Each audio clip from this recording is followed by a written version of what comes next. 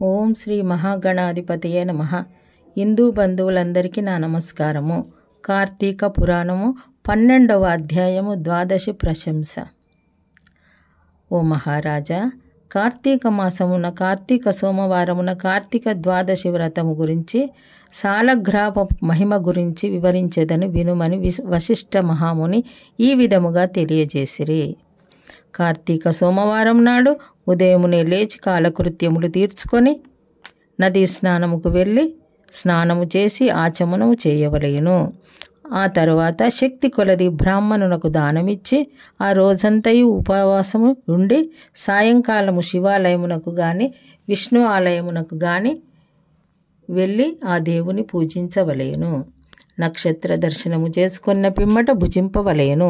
ఈ విధముగా చేసిన వారికి సకల సంపదలు కలుగుటయేగాక మోక్షము కూడా పొందుదురు. కార్తీక మాసములో శని త్రయోదశి వచ్చిన ఎడల నా వ్రతం ఆచరించినచో 100 రెట్ల ఫలితము కలుగును. కార్తీక శుద్ధ ఏకాదశి రోజున పూర్ణ ఉపవాసం ఉండి ఆ రాత్రి విష్ణు ఆలయమునకు వెళ్ళి శ్రీహరిని మనసారా ధ్యానించి శ్రీహరి సన్నిధిని పురాణ కాలక్షేపము చేసిన మరునాడు బ్రాహ్మణ సమారాధన చేసిన 1,000,000 యజ్ఞముల ఫలితము కలుగును. ఈ విధముగా చేసిన వారులకు సూర్యగ్రహణము సమయమున గంగా నదిలో స్నానము చేసి 1,000,000 బ్రాహ్మణులకు భోజనము దానము చేసినంత పుణ్యము కలుగును. దానికంటే అధికముగా ఫలము కలుగును. కార్తీక శుద్ధ ద్వాదశి నాడు శ్రీమన్నారాయణుడు శేషపాను నుండి లేచును గనుక కార్తీక శుద్ధ ద్వాదశి వ్రతము విష్ణువునకు ఇష్టము. ఆ రోజున శ్రీమంతులైన వారెవరైనా ఆవు కొమ్ములకు బంగారు తొడుగులతో తగిలించి ఆవు కాళ్లకు వెండు డెక్కలు తొలగించి దూడతో సహా బ్రాహ్మణునకు దానం ఇచ్చిన ఎడల ఆయువు శరీరమందు ఎన్ని రోమములు కలవో అన్ని సంవత్సరములు ఇంద్రలోకములో స్వర్గసుఖాలను అనుభవింతురు. కార్తీక మాసమందు వస్త్రదానము చేసినను ఫలము కలుగును. మరియు కార్తీక శుద్ధ పాడ్యమి రోజున కార్తీక పౌర్ణమి రోజు కంచు పాత్రలో ఆవు నెయ్యి పోసి దీపముంచిన వారు పూర్వజన్మమందు చేసిన సకల పాపములు హరించును. ద్వాదశి నాడు యజ్ఞోపవీతములు దక్షిణతో బ్రాహ్మణునకు దానమిచ్చిన వారు ఇహపర సుఖములు పొందగలరు. ద్వాదశి రోజున బంగారు తులసి చెట్టును సాలగ్రామమును గాని ఒక బ్రాహ్మణునకు దానమిచ్చిన ఎడల 4 సముద్రాల మధ్యనున్న భూమిని దానము చేసినంత ఫలము కలుగును. దీనికి ఉదాహరణముగా ఒక కథ కలదు, శ్రద్ధగా ఆలకింపుము. సాలగ్రామ దాన మహిమ. పూర్వము అఖండ గోదావరి నది తీరమందలి ఒకానొక పల్లెయందు ఒక వైశ్యుడు నివసించుచుండేవాడు. మిగులు దురాశపరుడై నిత్యము ధనమునకు కూడబెట్టుచు తాను అనుభవించక ఇతరులకు పెట్టక బీదలకు దాన ధర్మములు చేయక ఎల్లప్పుడూ పరనిందలతో తానే గొప్ప శ్రీమంతుడిగా విర్రవీగుచు ఏ జీవికి కూడా ఉపకారము చేయక పరుల ద్రవ్యము నెటుల అపహరింతునా అను ఆలోచనతో కుత్సిత బుద్ధితో కలిగి కాలము గడుపుచుండెను. అతడొకనాడు తన గ్రామమునకు సమీపమున పల్లెలో నివసించుచున్న ఒక బ్రాహ్మణునకు తన వద్దనున్న ధనమును పెద్ద వడ్డీకి అప్పు ఇచ్చెను. మరికొంత కాలమునకు తన సొమ్ము తనకిమ్మని అడగగా ఆ విప్రుడు, అయ్యా, తమకియ్యవలసిన ధనము 1 నెల రోజుల గడువులో ఇవ్వగలను. మీ రుణం ఉంచుకోను. ఈ జన్మలో తీర్చని ఎడల మరు జన్మలో మీ ఇంట ఏ జంతువుగానో పుట్టి అయినా నీ రుణము తీర్చుకోగలను అని సవినయముగా వేడుకొనెను. ఆ మాటలకు కోమటి మండిపడి, అట్లు వీలులేదు, నా సొమ్ము నాకిప్పుడే ఇయ్యవలయును, లేని ఎడల నీ కంఠము నరికేదను అని ఆవేశం కొలది వెనుక ముందు ఆలోచించకుండా తన మొలనున్న కత్తితో ఆ బ్రాహ్మణుని కుత్తికను కోసెను. వెంటనే ఆ బ్రాహ్మణుడు గిలగిలా తన్నుకొని చనిపోయెను. ఆ కొమటి భయపడి అక్కడనే ఉన్నచో రాజభటుల వచ్చి పట్టుకొందురని జడసి తన గ్రామమునకు పారిపోయెను. బ్రాహ్మణ హత్య మహాపాపము కనుక అప్పటి నుండి ఆ వైశ్యునకు బ్రహ్మహత్య పాపము ఆవహించి కుష్ఠివ్యాధి కలిగి నానా బాధలు పడిచు మరికొన్నాళ్లకు మరణించెను. వెంటనే యమదూతలు వచ్చి అతనిని తీసుకొని పోయి రౌరవాది నరక కూపముల బడద్రోసిరి. ఆ వైష్ణవునకు ఒక కుమారుడు కలడు. అతని పేరు ధర్మవీరుడు.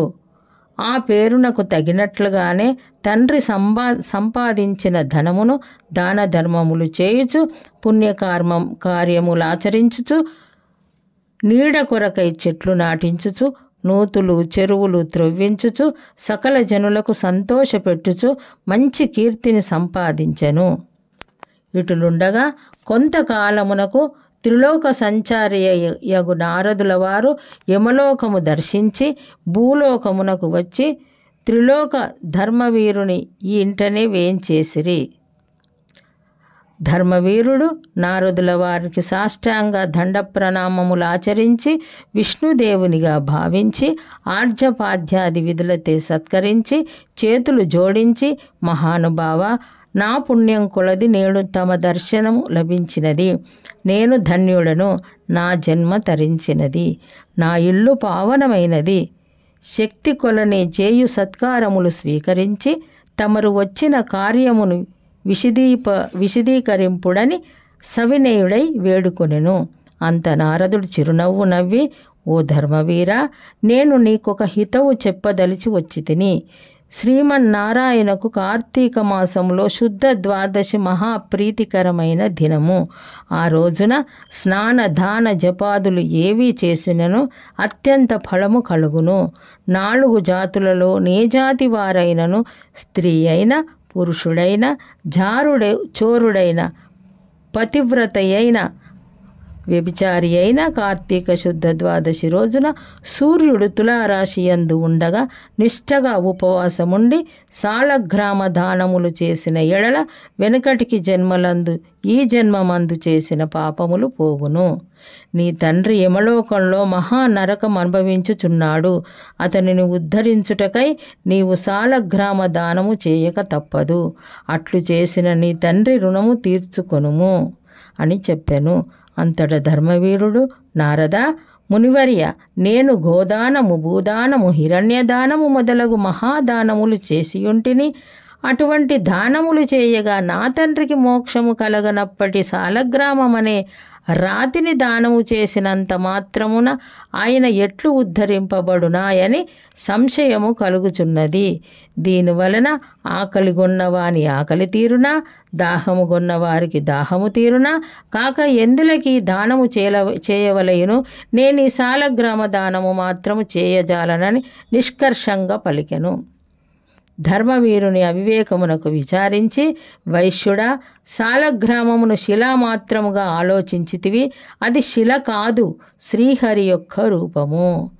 అన్ని దానముల కంటే సాలగ్రామ దానము చేసినచో కలుగు ఫలమే గొప్పది. నీ తండ్రికి నరక బాధ నుండి విముక్తిని గావింప నెంచితివే. ఈ దానము తప్ప మరొక మార్గము లేదు అని చెప్పి నారదుడు వెడలిపోయెను. ధర్మవీరుడు ధన బలము గలవాడై యుండియు, దాన సామర్థ్యము కలిగి యుండియు కూడా సాలగ్రామ దానము చేయలేదు. కొంతకాలమునకు అతడు చనిపోయెను. నారదుడు చెప్పిన హితబోధను పెడచెవిన పెట్టుట చేత మరణానంతరం 7 జన్మలయందు పులి అయి పుట్టి, మరి 3 జన్మలయందు వానరయ్యి పుట్టి, 5 జన్మలయందు మానవ స్త్రీగా పుట్టి, 10 జన్మలు పందిగా జన్మించియుండెను. అట్లు జరిగిన తర్వాత 11వ జన్మలో ఒక పేద బ్రాహ్మణుని ఇంట స్త్రీగా పుట్టగా ఆమెకు యవ్వన కాలం రాగా ఆ పేద బ్రాహ్మణుడు ఒక విద్వాంసునకి ఇచ్చి పెండ్లి చేసెను. పెండ్లైన కొంతకాలమునకు ఆమె భర్త చనిపోయెను. చిన్నతనమందే ఆమెకు అష్టకష్టములు అనుభవించనందున తల్లిదండ్రులు బంధుమిత్రులు చాలా దుఃఖించిరి. తండ్రి ఆమెకు ఈ విపత్తు ఎందువలన కలిగని దివ్య దృష్టితో గ్రహించి వెంటనే ఆమె చేత సాలగ్రామ దానము చేయించి, నాకు బల వైధవ్యమునకు కారణమైన పూర్వజన్మ పాపము నశించుగాక అని చెప్పించి సాలగ్రామ దాన ఫలము దారవోయించెను. ఆ రోజు కార్తీక సోమవార మగుట వలన ఆ సాలగ్రామ దాన ఫలముతో ఆమె భర్త జీవించెను. పిదప ఆ నూతన దంపతులు చిరకాలము సకల సౌఖ్యములతో జీవించి జన్మాంతరమున స్వర్గమునకేగిరి. మరికొంతకాలమునకు ఆ బ్రాహ్మణ పుత్రిక మరొక బ్రాహ్మణుని ఇంట కుమారుడుగా పుట్టి నిత్యము సాలగ్రామ దానము చేయుచు ముక్తి నొందెను. కావున ఓ జనక, కార్తీక శుద్ధ ద్వాదశి రోజున సాలగ్రామ దానము చేసిన దాన ఫలము ఇంతింత కాదు, ఎంతో ఘనమైనది. కావున నీవును ఆ సాలగ్రామ దానమును చేయుము. ఇట్లు స్కంద పురాణాంతర్గత వశిష్ఠ ప్రోక్త కార్తీక మహత్యమందలి 12వ అధ్యాయము 12వ రోజు పారాయణము సమాప్తము. భక్తిపూర్వక సమర్పణ.